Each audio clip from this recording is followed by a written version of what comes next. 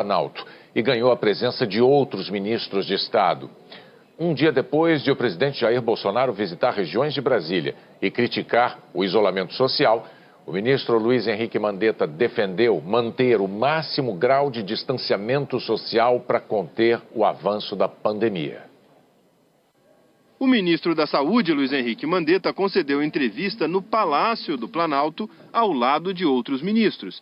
O chefe da Casa Civil, Braga Neto, anunciou uma nova ordem. Nós estamos mudando a rotina das coletivas, inclusive, particularmente daquela entrega que é feita toda tarde pelo Ministério da Saúde, porque o problema do coronavírus, a questão do coronavírus, devido à sua complexidade, ela é transversal.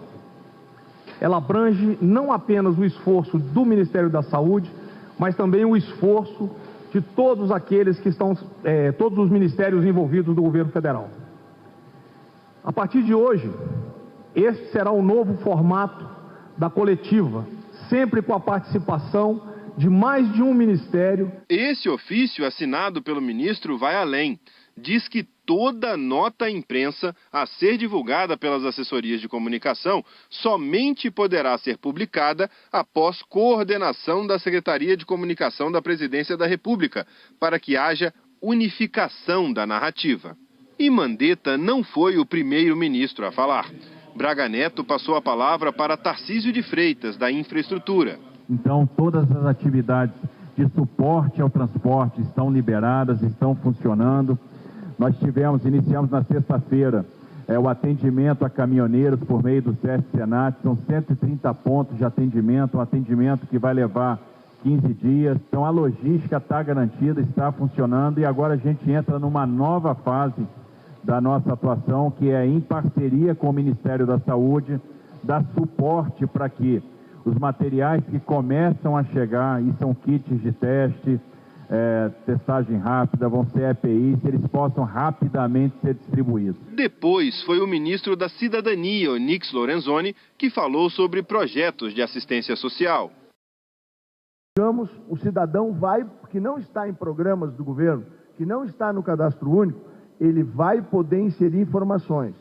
E nós vamos buscar os elegíveis como? Atendendo os requisitos da lei, passando pelo cadastro único, mais as informações recebidas, dadas através de um sistema que será anunciado brevemente, e haverá o batimento, ou seja, haverá a confrontação com todos os registros e todos os cadastros que o governo federal tem.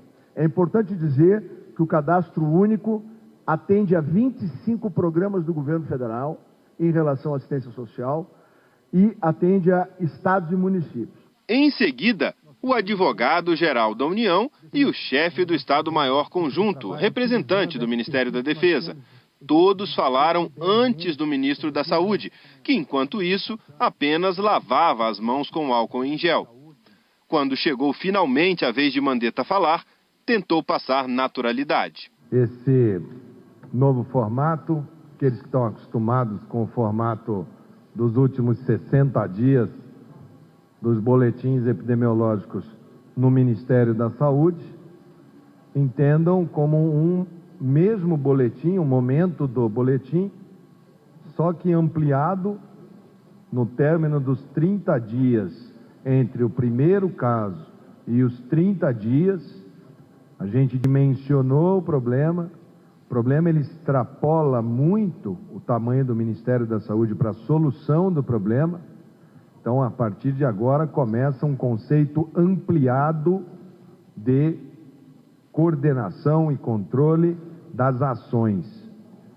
Num formato em que o Ministério da Saúde muitas vezes fará demandas que hoje estão sobrecarregadas no Ministério da Saúde e que esse comitê operacional nos ajuda.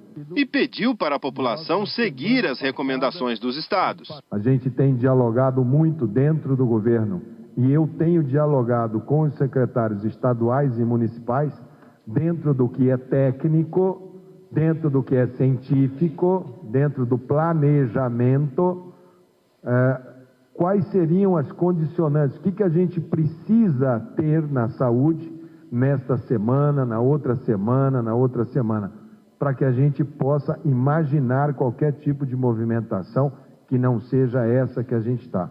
Por enquanto, mantenham as recomendações dos estados, porque essa é, no momento, a medida mais recomendável, já que nós temos muitas fragilidades ainda no sistema de saúde.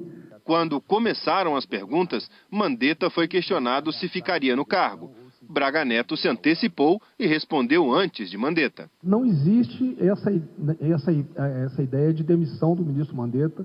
Isso aí está fora de cogitação. Eu acho que todos nós estamos tentando fazer o melhor pelo povo brasileiro. E o presidente também.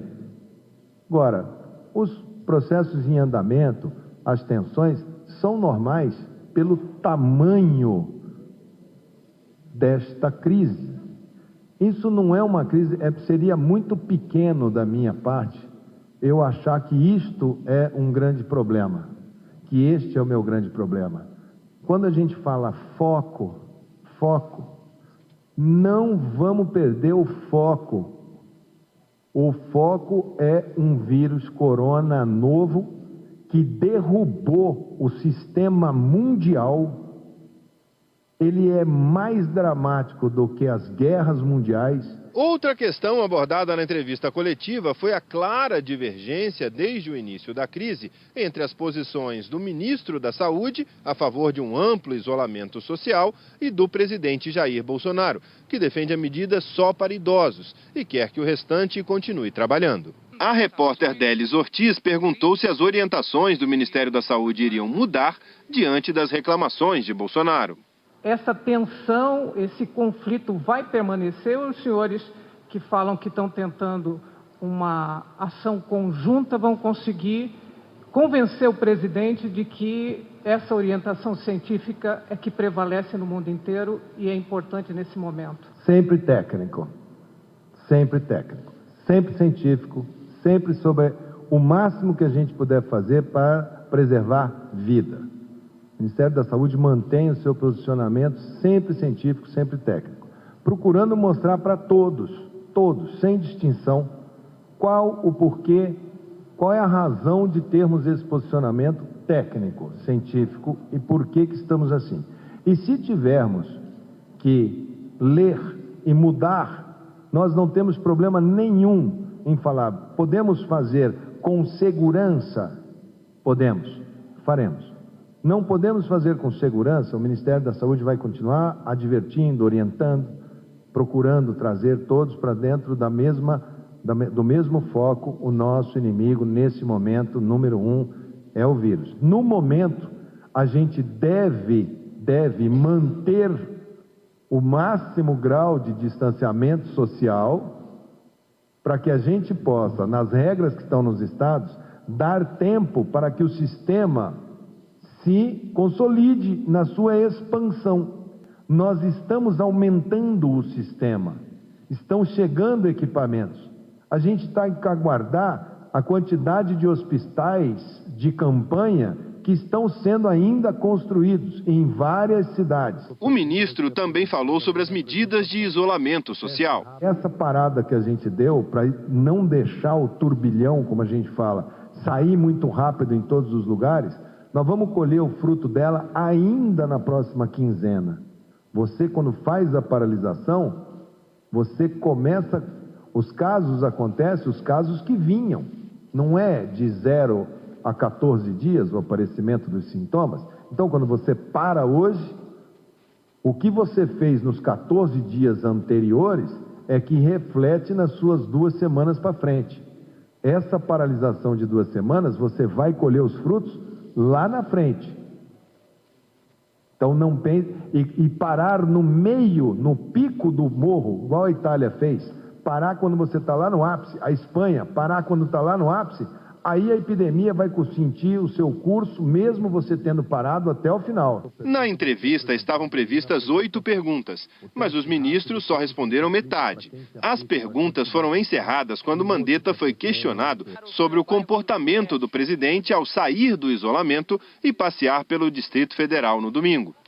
No resto do tempo, as explicações foram técnicas e não foram permitidas perguntas, diferente de todas as entrevistas no Ministério da Saúde. Para Mandetta, os estados de São Paulo, Rio de Janeiro e Ceará estão com cenários preocupantes, assim como Brasília, que tem uma grande população vinda de outros estados. Hoje, os maiores riscos São Paulo, Rio, nesse momento, Ceará. E o Distrito Federal, ele tem uma característica toda ímpar, né? Que é o fato de você ter uma concentração local e muita viagem ao exterior e uma área, uma cidade que traz gente ida e volta de todo o país. Aqui em Brasília, os casos ainda não chegaram no entorno, não chegaram nas cidades satélites. Ela já vem com um sistema sobreutilizado, e, além, em cima disso, pegar uma onda, né? Pode ter muita dificuldade para atender. O ministro da Saúde se retratou hoje por um comentário que fez no último sábado, quando disse que os meios de comunicação são sórdidos. Luiz Henrique Mandetta disse: quando a gente erra, e pediu desculpas. Subiu para 159 o número de mortos no Brasil por causa do novo coronavírus. Esse levantamento não inclui ao menos outros 4 óbitos, um no Rio Grande do Sul, um em Rondônia, um no Piauí e outro no Distrito Federal. Os casos confirmados da doença passam de 4.600. Médicos e enfermeiros em todo o Brasil têm alertado sobre a escassez dos chamados equipamentos de proteção individual, os EPIs. Eles são essenciais para que as equipes de saúde não se infectem com o novo coronavírus. Nas unidades básicas de saúde de Osasco, na Grande São Paulo, profissionais da saúde reclamam que faltam máscaras para atender pacientes com a Covid-19. Eles não querem aparecer. Fornecida uma máscara para 28 dias. O ideal seria uma semana, né? Os aventais, eles rasgam. Você puxa, ele rasga. Alguns funcionários reclamaram já. E a resposta é esse material que tem. Na UTI do Hospital São Paulo, da Unifesp, a queixa é parecida. Faltam máscaras N95 e aventais impermeáveis. A situação hoje é bem precária. Nós temos indicação de utilizar aventais impermeáveis, que é para a gente não fazer a contaminação e a disseminação do vírus. E muitas vezes falta esse avental, nós não sentimos desprotegidos. Os funcionários têm medo, né, atualmente, de atuar e acabar contraindo alguma coisa e acabar levando para as suas casas. Essas imagens foram cedidas pela Confederação das Santas Casas e Hospitais Filantrópicos, que representa 1.788 hospitais em todo o país e que, segundo a instituição, responde por cerca de 50% do atendimento do SUS. Prateleiras quase vazias, com poucas máscaras e aventais. Neste hospital, já não há toucas nem álcool 70% no estoque, e o suprimento de álcool gel está no fim. A Associação Médica Brasileira já recebeu 2.513 denúncias de falta de equipamento de proteção individual em 520 municípios do país. Máscaras estão em falta em 90% dos estabelecimentos denunciados. Uma doença com as características dessa pandemia, ou seja, pelo alto grau de contágio, a questão dos equipamentos ele se torna ainda mais crítico, porque não só o profissional de saúde, se fica doente, ele vai desfalcar o número, né, de pessoas dispostas e preparadas para combater a doença, mas naquele período em que a pessoa contrai o vírus e ainda não tem sintomas, ele pode contaminar com muita intensidade terceiros pela posição profissional que ele ocupa. As associações de médicos e também de hospitais alertam sobre outro problema, o aumento vertiginoso do preço. Em meio à pandemia, equipamentos essenciais para profissionais da linha de frente contra a Covid-19 registraram um aumento de quase 3.000%. Essas notas fiscais mostram que em dezembro, a Santa Casa de Piracicaba, no interior paulista, comprou máscaras por R$ 5,62, a caixa com 50 unidades. No começo de fevereiro, o preço da caixa subiu para R$ 9,75 na mesma empresa. No fim de fevereiro, segundo a Santa Casa, um outro fornecedor vendeu a caixa com 50 máscaras cirúrgicas por R$ 29,51. E no dia 19 de março, já com o aumento de casos do novo coronavírus, a caixa de máscaras de outra empresa custou R$ 170. um aumento de 2.924% em pouco mais de 3 meses. Eu acho que isso é ganância, isso é falta de coração, é de ganhar com a desgraça dos outros, de ganhar com a desgraça dos brasileiros que tão precisam, e tanto movimento existe em prol de atender esse paciente. Hoje, os hospitais brasileiros filantrópicos têm no máximo 10 a 15 dias de estoque de EPIs, principalmente de máscaras. A Secretaria Municipal de Saúde de Osasco afirmou que orienta os profissionais a seguirem as normativas técnicas para o uso dos equipamentos de proteção individual, que não houve falta de material e que, como outros municípios do país, enfrenta dificuldade na compra dos equipamentos. O Hospital São Paulo afirmou que segue regras e protocolos dos órgãos de saúde, que não existe reaproveitamento das máscaras N95 e que disponibiliza equipamentos para os colaboradores.